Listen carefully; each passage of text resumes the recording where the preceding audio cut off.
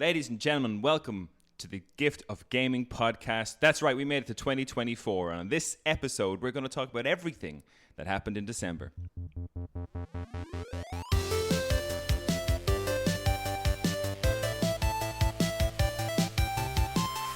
It's me, your host, Darren Wade, and today I am joined by the Dream Anchor team. That's right, it's Mr. Xbox Games Pass himself, Luke Maycock, and the console-hating, PC-playing, lore-seeking, full-time Canadian himself, Chris Robbins. Guys, how are you both?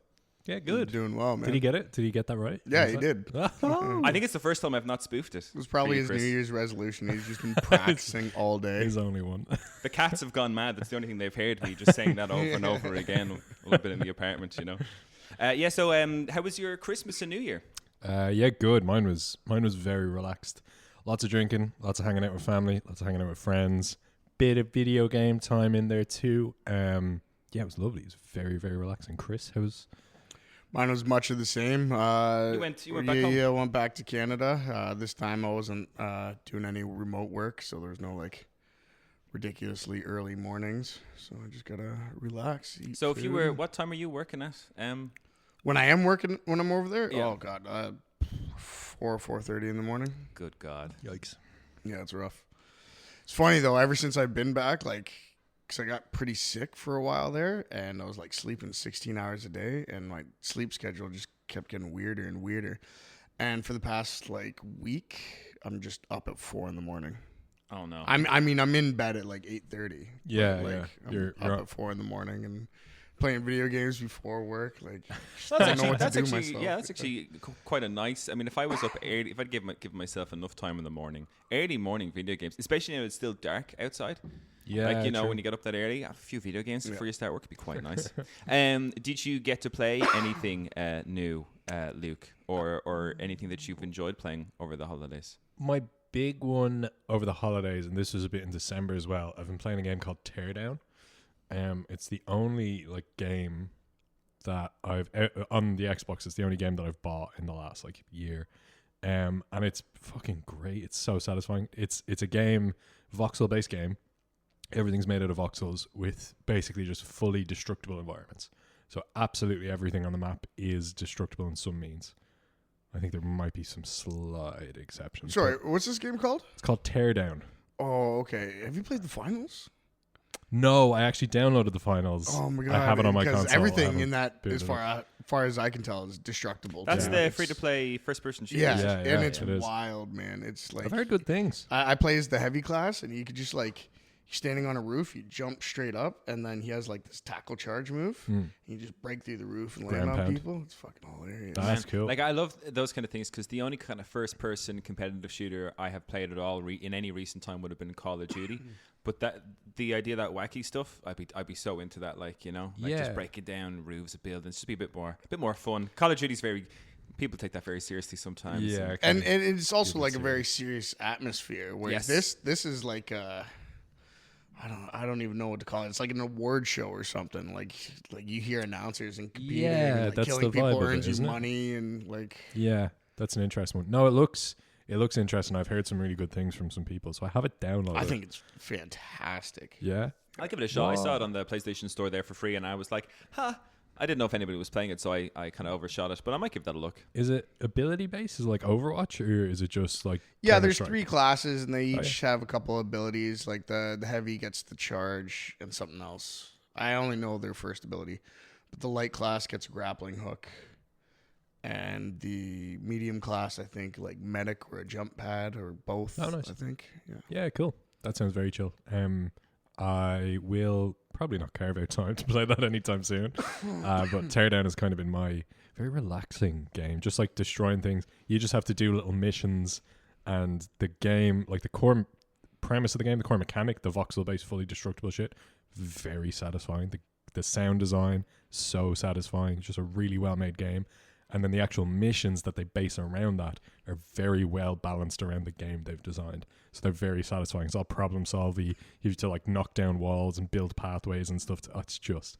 Bit of a thinker's game. Oh yeah, it really is. The amount of times I've come to a mission and been like, this is impossible. You just you can't get all of these cars into this truck in this time limit. And then I just get really frustrated. I'm like, but if I knock down this wall and then I move this around here and I destroy this bush, then I get a clear shot with this car and I'm going to get rid of that gate. And it's just like, it's very satisfying. Like the problem solving side of your brain is just like on drugs. It's nice. great. It's very good. So that's been my Christmas time. Chris, what about you? Anything new?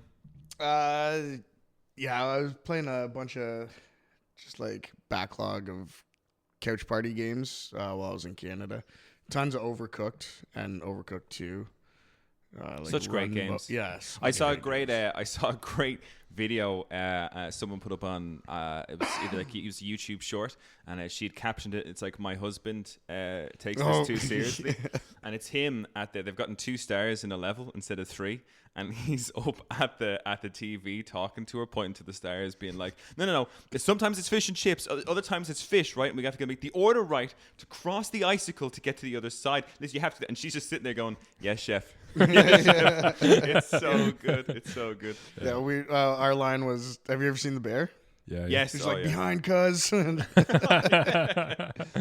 love that. That'd be a great new way to play Overcooked. I myself got into Dredge. Aiden. Oh, nice. Yeah, Kev's brother would be delighted. Myself, Kev and Aiden. I said to Aiden I'd love to get him on an episode. He said he'd love to talk about Dredge, and I was like, well, when I play it, we can do one. But I finally got into it, and mad about it. Absolutely mad about it. I had the best time with it because I also had my PlayStation Portal over Christmas. Of course, yeah. So I was back at the parents' house over Christmas, and just sitting there with the Portal on and my PlayStation here in the apartment, playing some games. It was class. But I had a really nice moment in Dredge, which is one of those gaming moments that was stuck with me for a long time. I was in my sister's room. It's where I was kind of shipped up to for the couple of days I was over there, and it was lashing rain, and her bed kind of it's right beside the window, looks right outside. It's quite nice, actually. And it was lashing rain, real stormy that night, and I was sitting there with my Portal headphones on, totally immersed, and I was on the open waters in Dredge. It was all quite rough there as well, and it actually, the only light in the room as well, my sister has like a salt lamp type thing, this kind of weird orange glow. I felt like I was in the cabin of the motherfucking boat. I was like, this is the most immersed I've been in the game in a long time. So loving Dredge. And just before Christmas, I platinumed Final Fantasy VII Remake. Finally did it. Did everything, got all the dresses. Congratulations. Yeah, it was a big moment. Delighted. Haven't gone back since, of course, because I've done everything. But that was me. But we have an episode to do about all the news in December. But before we get into that, just a few updates for our listeners. You may have noticed that there was a couple of bonus episodes we released over the Christmas holidays. There are post shows, and I think you guys got the first 3 rounds of the Battle Royale. And if you want more of that, you need to check out our Patreon over patreon.com/the gift of gaming, where we have the rest of our Battle Royale series, which is coming to a head. So we got the finale to do this sometime this month, and that is like cost of a coffee a month. You guys can hop on that, help us out, support the podcast, and get all that extra content. There's loads there. And after this episode, we're taking a 2-week break from doing the podcast so we can figure out the first quarter of 2024 for the Gift of Gaming podcast, because New Year's and Christmas was a very busy time for me, and I did not put any work into this podcast whatsoever. I didn't even talk to you guys for 2 weeks. Fuck it, I'm out. So so that's the plan. So if you're lost, if you're like, oh man, 2 weeks without the normal episodes, there's loads of stuff on the post show stuff, the Patreon, check that shit out. But in the meantime, we've got loads of news to get through, so we'll go through that now. And the first one I think that we have to talk about, guys, is the Day Before fiasco. And what a fiasco it was. So I'm just going to read you guys an article from PC Gamer. This is by Andy Chalk. All to do with the day before. And anytime interrupt me if you want to comment on the hilarity that ensues for this article. Put my hand up. Yeah, please do. So just 4 days after the day before's disastrous launch, the studio has abruptly closed. Quote, "We miscalculated our capabilities." Fantastic says the Day Before has failed financially and it cannot afford to continue working.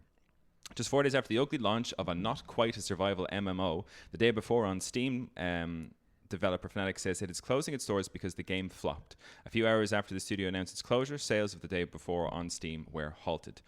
Quote, "The Day Before has failed financially and we lack the funds to continue," the studio said in a statement posted to Twitter. "All income received is being used to pay off debts to our partners. We invested all our efforts, resources, and man hours into the development of the Day Before, which was our first huge game. We really wanted to release the new patches to reveal the full potential of the game, but unfortunately, we don't have the funding to continue the work." Fantastic said in the closure message. Wasn't my fault. Fantastic said in the closure message that it has taken no money from the public during the development of the day before, adding that there were no crowdfunding or pre-order campaigns prior to release. In a later tweet, the studio said that it has not received any income from Steam sales yet and won't in the future, and that it's working with Valve to offer refunds regardless of playtime. After an extended period of hype, controversy, and deep skepticism surrounding the day before that saw it temporarily removed from Steam over a trademark dispute, it finally launched on Steam on December 7th and immediately ran into trouble. Server issues were widespread, but players were also surprised to discover that it wasn't quite the zombie-infested survival MMO they were expecting. Instead, it bore a number of characteristics of an extraction shooter similar to Escape from Tarkov, except not very good. The reaction was immediate and intense. The Steam rating crashed to mostly negative, and the official day before Discord was temporarily locked down as moderators struggled to keep a lid on all the upset. There was a presumption that patches would be forthcoming to smooth out at least some of the roughest bits, but that's apparently now off the table. Predictably, users on the day before Discord server are once again enthusiastically venting their frustrations, accusing Fantastic of perpetrating a scam right from the start, and that this time there's no mod team to put a stop to it. In the short time since Fantastic announced the studio's closure, most of the day before's official Discord server has evaporated. Every text and voice channel except the general chat room has been deleted, and the server news channel Fantastic used to keep communication progress on the game has been scrubbed of every message. All content on Fantastic YouTube channel has also been deleted, and the final message to be posted in that channel was a goodbye from Discord moderator Levitate. But even that's gone now.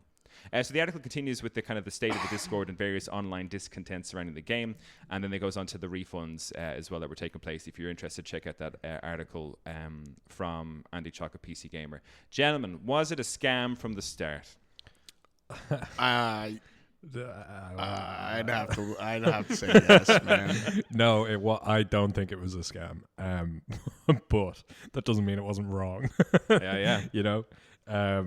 Yeah, dumpster fire of a situation the whole way. How do you don't think it was a scam?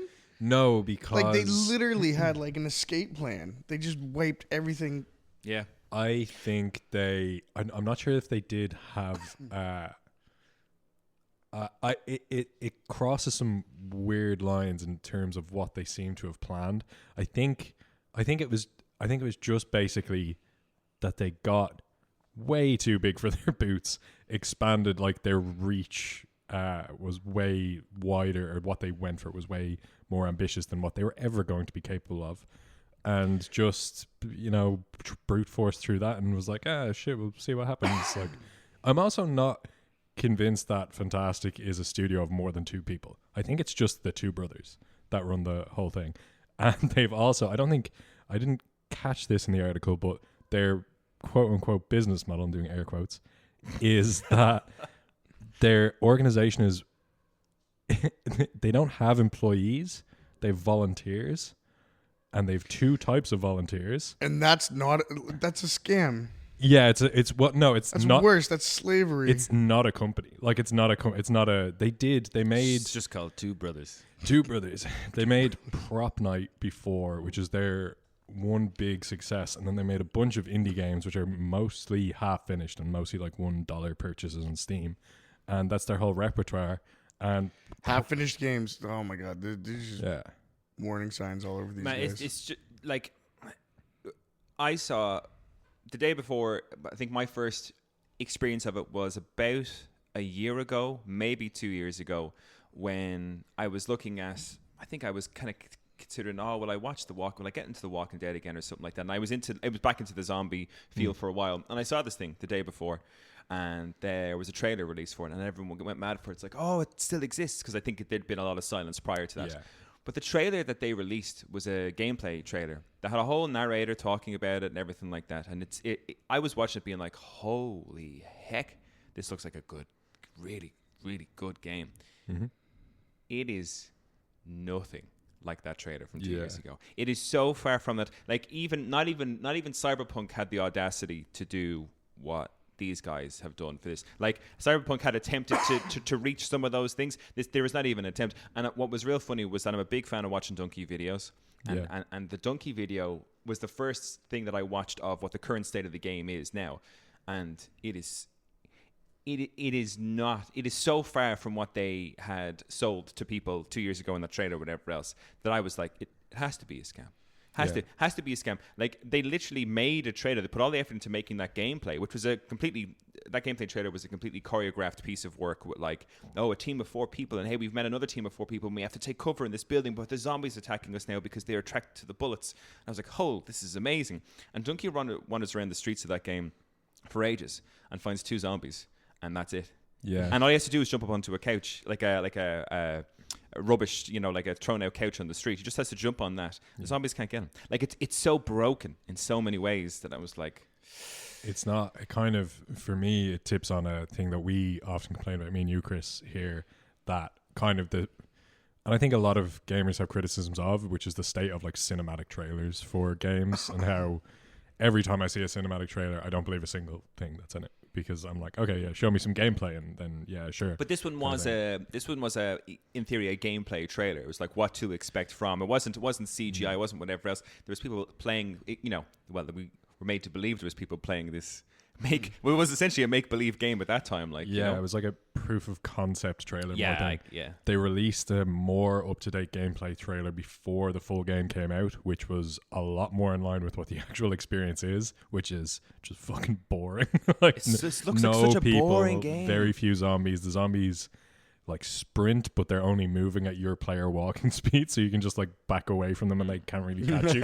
Oh my god! It's so. But in bad. relation to it being like, I mean, again, can you really reasonably say it is a scam? But like, Chris, you touched on it there. Like, the moment the game was released and shit hit the fan, they were gone. Like, company disbanded. Everything online deleted, all video evidence of anything ever there being put up there before, just gone, gone. 4 days later, they were gone. They were there for a whole 4 days. Sorry, apologies. Yeah, they lasted 4 days before they up and ran. But that smacks of like it's weird to, okay, fine, if your game isn't good, take the L, take the L that your game isn't good. But to duck and run means that, and like as you said, Chris, we were talking about before we started the podcast that I thought some of the assets were stolen. But like, assets were stolen, but as you said, but like cinematography stuff, and other concepts were completely robbed from other video games, and other game trailers and everything like that to sell this to us. They took lines from the Red Dead Redemption 2 trailer that talks about like the authenticity of the guns, like verbatim took the exact lines that says, we've put so much effort and detail into making these guns feel realistic, took those exact lines and applied it to their shit, which was just an Unreal asset pack. Literally, like, they put no effort in whatsoever. It just kind of walks in those murky waters where you're selling an experience to someone without and you're using abstract stuff like cool cinematic trailers or kind of staged gameplay trailers to sell people on this idea, and it is fraud. Like, essentially it's fraud at the end of the day. I can't believe people bought it, man. Yeah, me neither. It's wild. They're bowing out kind of just before they bowed out and deleted everything and ran. The last thing they said responding to a Twitter comment was, I'm paraphrasing here, I can't remember the exact one, they tweeted back saying, we tried something big and it didn't work out. Shit happens. Yeah. And they were just gone. Yeah, peace out. Yeah. So I'm not saying, like, again, my only point is that I can't read their minds to see whether it's scam or not. It has pretty much the exact same effects of scam, though. So, fuck them. Chris, you believe it's a scam, right? These guys sold this game as a scam, right? Yeah. I mean, scam. Maybe they had like intentions of making a great game, but they probably always knew that they weren't capable of it. Yeah. Especially if they're just ripping off other like game lines and like game trailers. Because I thought cinematography or whatever. Obviously got it wrong, but I thought they were just robbing assets as well. Like no, they're just they just paid for them. Yeah, they might not even paid for them. They could have been free assets from like Unity and stuff like that. Asset stores. The thing is, the whole process, like the whole way down. The reason I'm resistant to calling it a scam is because you can watch the whole process of how they developed and released it, and they did eventually release trailers that were accurate to what the gameplay would look like before it came out. Like, they showed people exactly what they were paying for. And that's interesting because I didn't see those, but that makes me think it's a scam, though. They were just like, hey, look at this game we're making, air quotes, and then they had no intention of ever doing that. But then people bought it. And then they dipped out 4 days later. Can't be found. Yeah, It's again, I'm not defending them or saying that they're good people or not. I like this bit in the in the article. Where is it? About them just covering their arses. Oh yeah. The day before has failed financially and we lack the funds to continue, the studio said in the statement posted on Twitter.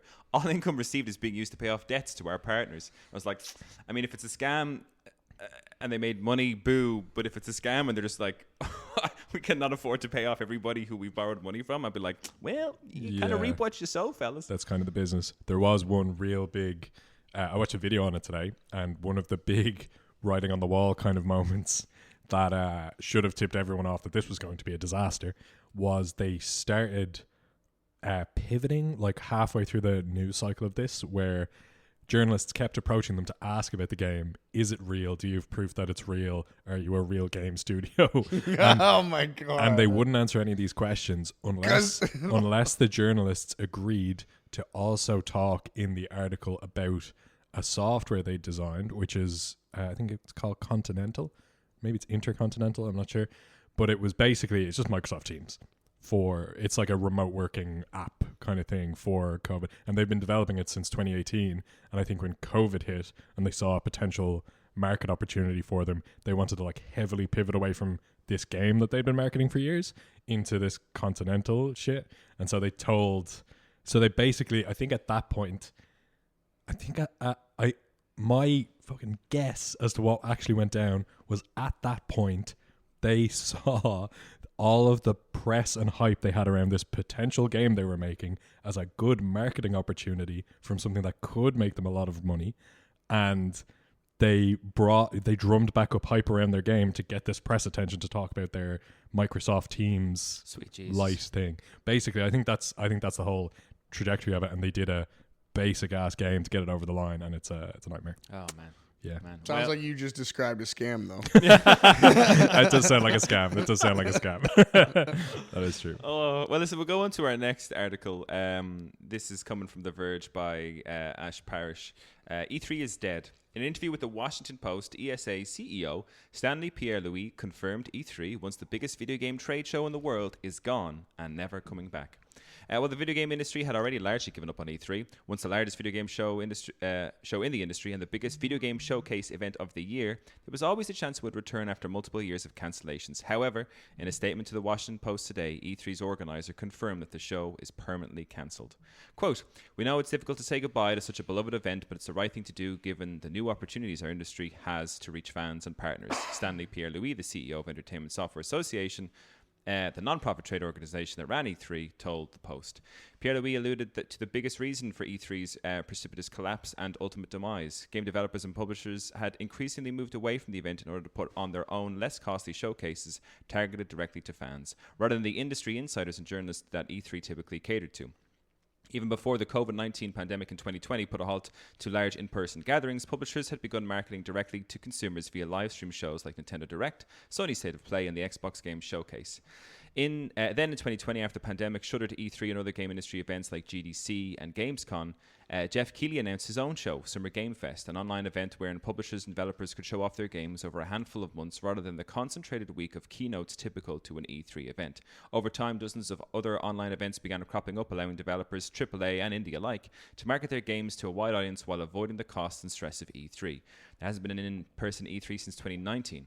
The pandemic made E3 2020 an impossibility, but in 2021 the event returned as a digital showcase. The following year it was cancelled outright with promises that the event would return in 2023 as a hybrid online and in-person event. Then that was cancelled, along with the news that if E3 were to return at all, it wouldn't be until 2024. Now it's never coming back, in part because there are so many institutions that have already replaced it.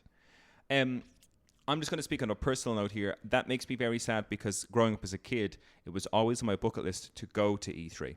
And it's a pity the last couple of years it's kind of died away, but like especially in like the 2014s, 2015s when I was in college and I was watching the events like where Final Fantasy VII Remake was first announced and things like that, I always thought, fuck, I'd love to be there. Like I'd love to be there and amongst everybody seeing these things for the first time because it's great, you know, state of plays and all these things and Game Awards to watch these things online and get hype about new announcements.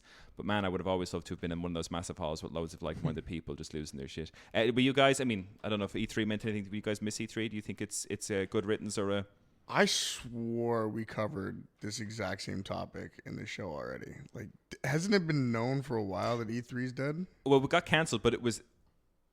I think maybe we might have covered it being cancelled for this year, but it was only announced as confirmed dead, not happening ever again earlier in December.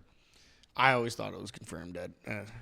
Well, the writing was on the wall, kind of. Since 2019, essentially. Game Awards just replaced it and did it bigger and better. And not just that, like the other point about like the state of plays and stuff like that. Nintendo stuff, Sony stuff, Microsoft stuff, all kind of moving in to take its place, made it pretty obsolete. But you're right, it's sad because stuff like the Game Awards, it's really cool to like have all the big boys in the one room, like kind of show off all their cool new toys and compete and stuff like that. That's always fun. After the news was confirmed early on in December that it was cancelled, I went on and someone had put together a video of OE3 You Will Be Missed, like a what do you call that when someone a eulogy? Someone essentially did a video eulogy of E3. You googly, yes, exactly. And E3 you googly, and it looked like so much fun. Some of it, I mean, I think people were saying there was another article that I wanted to put up here, but it was way longer about E3. But it was they interviewed someone who'd been there and been going there since the early, late 90s, early 2000s, and just listening to them talk about it, you could tell it was a big deal, like back in the day for like us as gamers, if we were living there. Do you know what I mean? I can imagine, like, especially you, me, and Kev, when we were that age, we would have absolutely gone over to E3 to check out any of the stuff happening. And it's sad for people of our age, like the individual they interviewed in that other article, talking about, like, man, it was the best gaming event ever. And there was times where some years it was definitely catered more towards the journalist side of things, and other years it was like, big announcements and that. But yeah, it was. It is a it is a developers conference, and I think the one that's starting in Germany in like around 2010, I think maybe around 2008, I think it's called GDC, Game Developers Conference, was like a competitor to it when E3 went a bit more commercial and a bit more, here's all the ads for our games. But initially E3 was for the game industry, by the game industry, and the people that were there and had badges either had badges because they worked for Sony, Microsoft or whatever, or they had press passes. And getting access to it as just a gamer, like a person just in off the streets, was quite hard for a good number of years until it hit like a commercial success. But yeah, for sure, I remember reading about all the breaks from it in magazines when I was a kid and getting really excited. All the game E3 magazines had when E3 was out, it had all the announcements and stuff. It was always an exciting time. I never really cared for E3. No, I never watched it. I would just get the footnotes the next day and just like read an article or just watch like best trailers announced. Like, I would never actually like sit down and dedicate time to E3. Let's say there was a big event, not that would ever happen in Dublin of all places, but if there was a big event announced here in the conference centre, whatever else, big gaming thing like that with announcements, is that something you'd ever go to in person, Chris? No, man. No. Have you ever like the BO? I don't know. I'm getting strong Comic-Con vibes and stuff like that. Well, it's weird. Like I like those days are behind me. I like stuff like Comic-Con, but a conference like that would be less appealing because imagine it's Comic-Con, but there's just one big hall and you go and sit in a seat for like 3 hours. Yeah, that sounds a little bit miserable. Whereas you could also just watch it from home and like have a cup of tea and stuff like that. I don't know. Maybe I'm just old. And you're right. It's like as a 32-year-old, I'm a much bigger fan of like I loved us sitting down watching the Game Awards. Yeah, watching with friends. Yeah, watching it with friends, easy peasy. Or the State of Play comes on. It's nice sometimes the Nintendo Directs are on at 4:00. So kind of at the end of the day at work, while I'm working away, they'll be like, "Oh, I'll pop that on the background and just have a little listen to." And it's cool to get those little updates. But I just miss. They're still great, and of course, I think in the digital world that we live in, it is the way forward. But on a personal note, is sad I never got to go to E3. I had visions as a young, especially when we were in like primary school, going into early days in secondary school. Really? I mean, there's so many better like options. Might have just been a marketing Evo would have been amazing. Like, yeah, you're sitting down, but you're actually like watching an event. It's not just. But I was never the competitive gamer when I was younger. I was all about the what's out there. What about the Game Awards where you get to sit down and actually watch? Game Awards didn't exist when I was 15, Chris.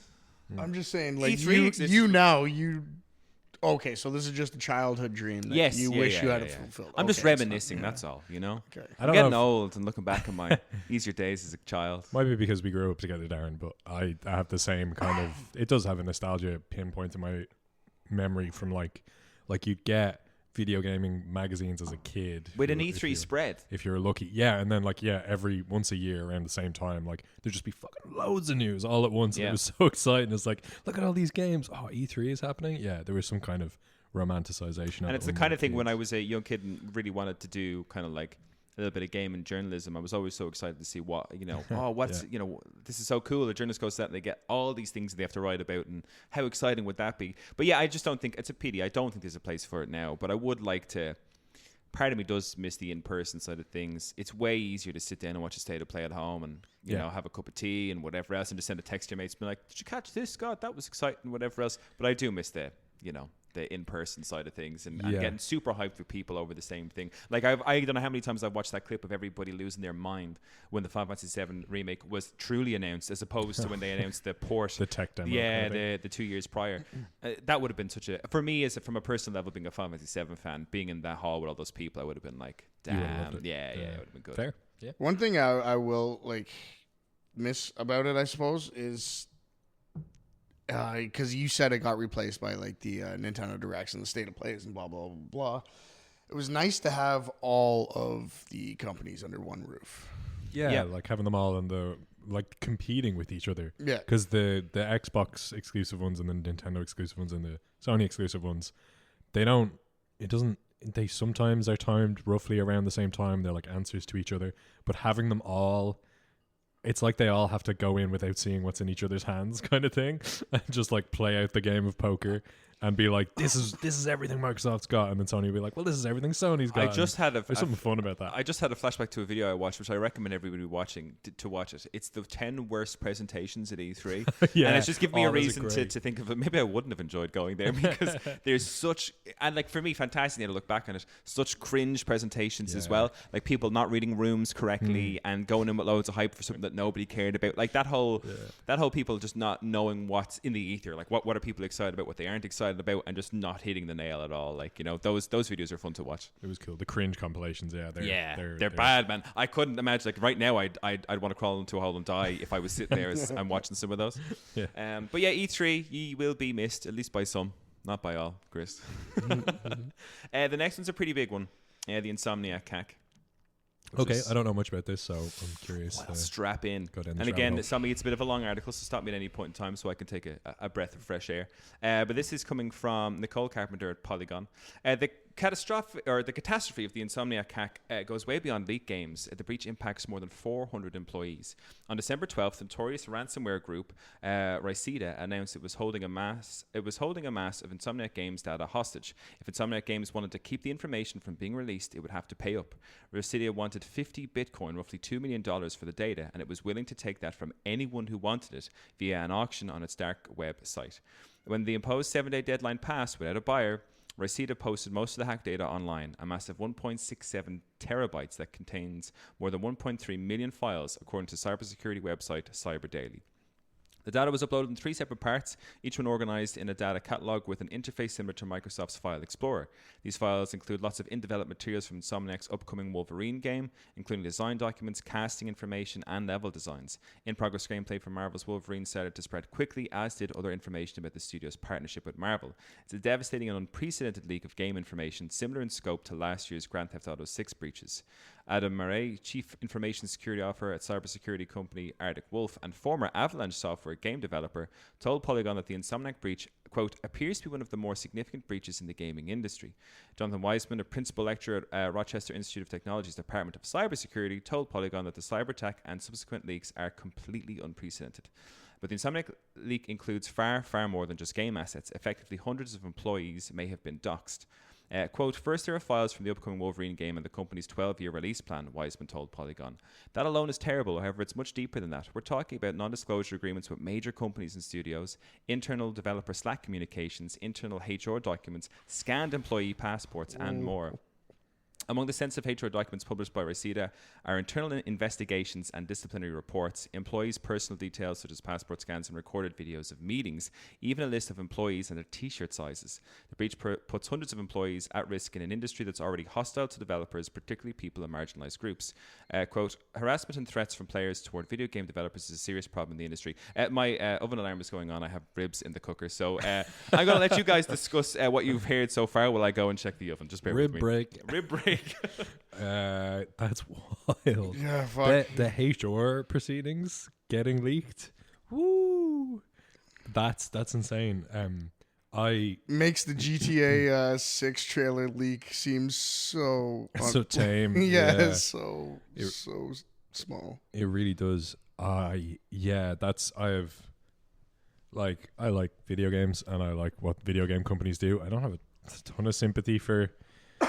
It sucks. NDA's got breached, and that's going to affect business dealings and stuff like that. I'm just like the who gives it that? Yeah, that stuff's harmless though. Like exactly, like the poor fucking people, their personal details, probably like passwords and shit like that, and all their. Take it away, Darren. Sorry, my ribs are okay. Nobody panic. Everything's fine. So continuing, Mary said that the extensive nature of the leak, specifically its inclusion of employee information and communications, is atypical for the video game industry and makes this, quote, a more severe violation of privacy and security. It can be compared to the large-scale hacks in other industries where employee data comes into play. Game developer Rami Ismail told Polygon that the Insomniac leak is indeed disappointing and it does have an impact on how a game is perceived. He said developers always say, quote, people only know what ships, meaning that players will judge a game by how it ships, not the process that led it to the end result. It's a questionable and deeply hurtful practice to leak unfinished game assets, Ismail said, but publishing employee information is just, quote, straight up evil. Quote, it is horrifying to me that these game developers now have to worry about their personal information being out there. I have intentionally not taken a look at the files, but I would assume these files might contain names, addresses, and other sensitive information, in which case developers, a group already at risk of doxing and hatred, now have to figure out how to keep themselves and their families safe. Reseda, the group that hacked Insomniac and published information online, is known to government agencies despite being a relatively new operation. The United States Department of Health and Human Services Office of Information Security said Reseda operates by using phishing attacks to gain access remotely, as well as other types of attacks. That's very vague. The U.S. Cybersecurity and Infrastructure Security Agency also warned against Reseda ransomware in November after the organization targeted the healthcare industry and government institutions.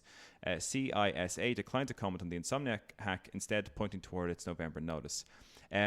Mary told Polygon that Sony and Insomniac must improve their cybersecurity measures. Quote, this could include strengthening network security, implementing more robust authentication processes, and conducting regular security audits and penetration testing. Employees training on cybersecurity awareness is also vital to mitigate risks from phishing or social engineering attacks. He suggested the company may offer a credit monitoring service or identity theft protection program. So the article continues to go on to talk about like how they can deal with it in future. But it just to me, on that little last piece, it's insane that all that could be lost because someone clicks a phishing email. Crazy. I mean, I get them in work all the time, and it's like you click and it's like, oh, you passed the company test for phishing or whatever else. And it's nothing to me. It's we get the statistics too of like it doesn't say names, but it's just like so and so, like this many people opened the email, this many people reported the email. This many people hit the actually link in clicked the on email. the link. Jesus. This many people actually filled in their information. It's just like, holy fuck. Oh, no. But it is, like, it's... And, you know, you feel sorry for... I mean, what's crazy is there's a certain someone or certain someones at this point sitting at home being like, I can't believe I opened that email and clicked that link that was... You know, maybe they're super good at making them quite... This is very much what I would normally get in my day-to-day emails. Yeah. But it's insane. I think the GTA one was similar, wasn't it? That the individual who did that was through a phishing thing and he got into their Teams or Slack chat and actually managed to message people. No, that was... I thought he just saw when the trailer went up. No, it was primarily social hacking. Like, he did that hack in a hotel room with a Fire Stick in his cell phone. He just called up the company and just, like, knew how to play the game, got the information he needed. Mm-hmm. Outrageous. Yeah. So I don't even think it was phishing involved. That was it was just purely social. That's crazy. That is crazy to think that so much could come from that. I thought 2023 was pretty bad for leaks as a whole. That was like maybe the fourth big one in the video game industry of this the year. Isn't a leak, man. This is who cares about the leaked trailers, and because they did say something about like a Wolverine game. Well, right? lots of the Wolverine gameplay. Who gives a was- shit about that? Like that is not important. Like all the others, like there's so many lives at stake here. It's gonna be important to Marvel, and it's gonna be important to, obviously this is all gonna be important to Insomniac. Yeah. And there is a business side to it that's kind of, you kind of think for a second, yeah, that sucks. But yeah, the people who were made passport scans. It's stuff like that. Passport scans, t-shirt sizes, like HR proceedings is what I was saying to Chris. Like, ooh, like some really, really private, confidential kind of stuff that you obviously want to remain private, and you have a right for it to remain private.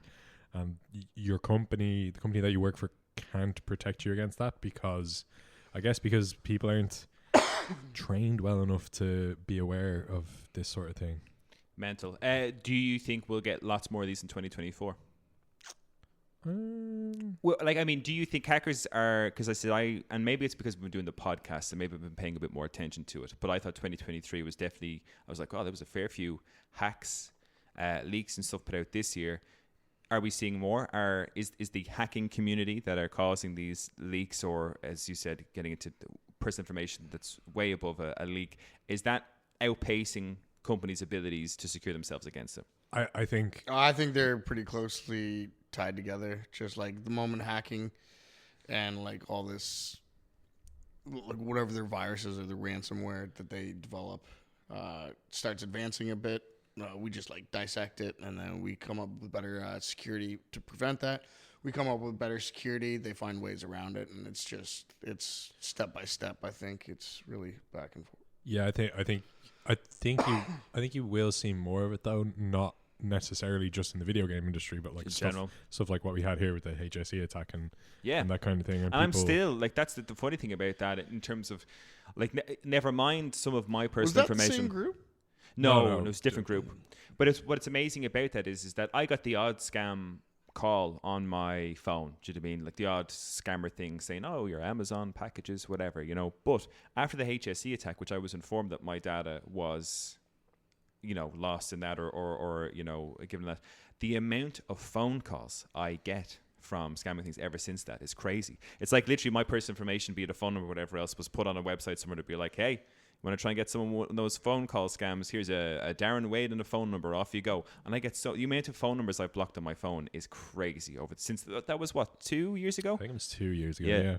Yeah. I think you'll see more attacks like that because out of all the types of like organizations and stuff like that, I think like tech firms and video game, they would be maybe slightly on the less vulnerable side. Maybe that's me being naive, because like all these companies are made up of all sorts of people. But I think just in general, over the coming years, you're going to see a lot more like really shitty, nefarious, like hacks and stuff like that, breaches. The mad thing is that they actually had it like as an auction system on their own dark web website with like a, you know, hey, whoever the first person to pay us $2 million worth of Bitcoin gets the information. Like, just to think that that's going on day to day boggles my mind. That there's a dark web shit out there is just crazy. Yeah. But on a nicer, funnier, we'll finish our episode on a little bit of a funnier note. As opposed to all these dark decks. So we're going to talk about the Steam Deck fumes. You guys both own Steam Deck, so I thought I'd put this one on the table. This is coming from Kotaku by Zach Zweisen. Valve to Steam Deck owners, stop huffing its vent fumes. The company behind Portal, Half-Life, and Steam isn't amused at all by the vent smelling. But they smell so good, Darren. So this is I can't wait to get this right. So Valve has a message to all you folks, myself included. This is Zach, who love huffing your Steam Deck exhaust fumes. Stop it, please. Have you ever taken a break from playing your Steam Deck to sample the complex fragrances emanating from the exhaust vent? If so, you aren't alone. Since the release of the handheld PC, many owners have reported that they can't stop sniffing the fumes that waft out of the Steam Deck during play. It's become a bit of a meme among Steam Deck owners, with folks often posting online how much they enjoy the distinctive aroma.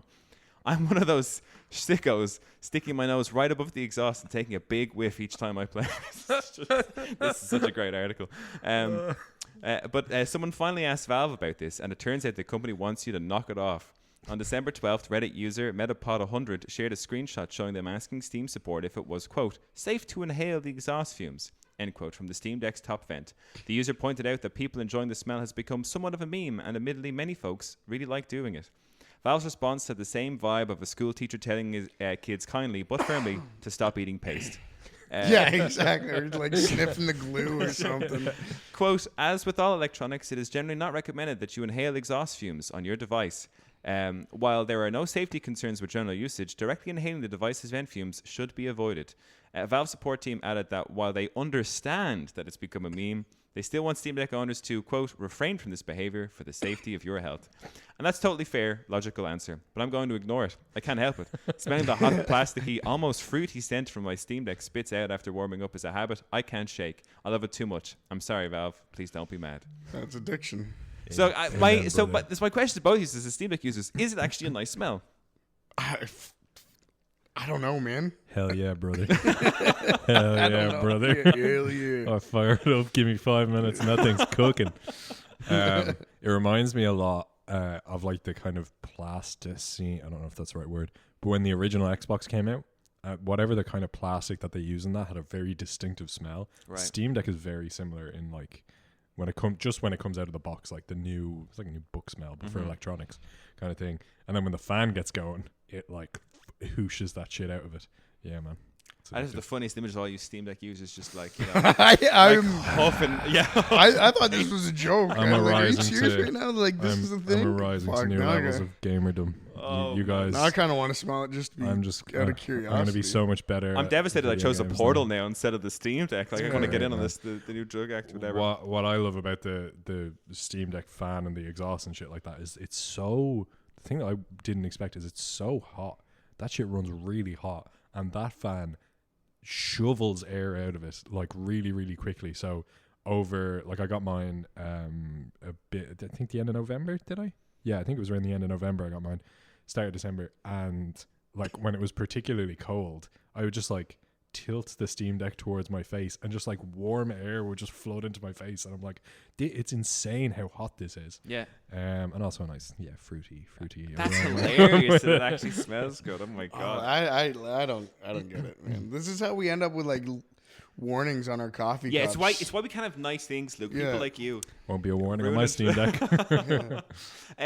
So just a question on the Steam Deck. Does it actually run quite hot? Is the fan loud is my question. No, the fan, that's why it surprised me how much air was kicking off. Fan is not loud at all. You cannot hear the fan, which is wild. And then you tilt it a certain way and there's just air flooding out of it. It's like, whoa, that's I would say you that's can't hear amazing. it at all. Like quite- I can yeah, definitely hear true. mine a bit, but But it's very quiet. it's Like, very- not.